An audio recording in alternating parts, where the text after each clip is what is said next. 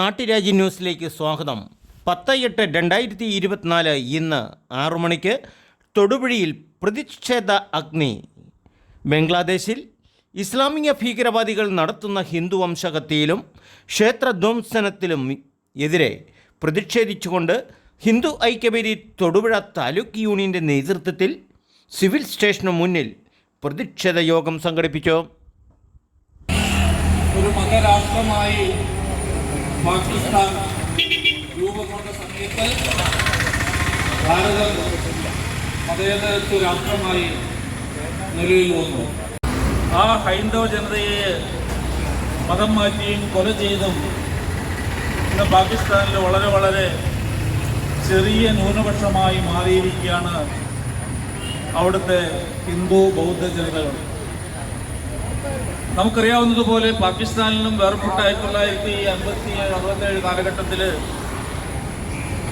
ബംഗ്ലാദേശ് രൂപം കൊണ്ട സമയത്ത് ആ ബംഗ്ലാദേശിൽ 28% ഹിന്ദുക്കളുണ്ടായിരുന്നു.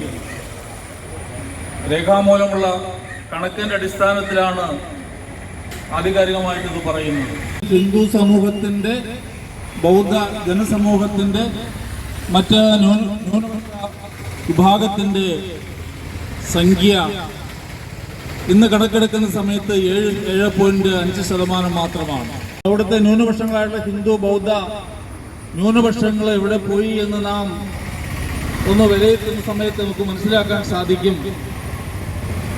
അവിടുത്തെ ഹിന്ദുക്കളെ അവർ ബലാത്കാരം ചെയ്ത് നിർബന്ധിച്ച് മതം മാറ്റി ചെയ്യുന്നതിന് വേണ്ടിയിട്ടുള്ള പ്രവർത്തനങ്ങൾ നിരപരാധികളായിട്ടുള്ള ഹിന്ദുക്കളുടെ നേരെ അവർ അനുസൃതം അഴിച്ചുവിട്ടുകൊണ്ടിരിക്കുന്നു.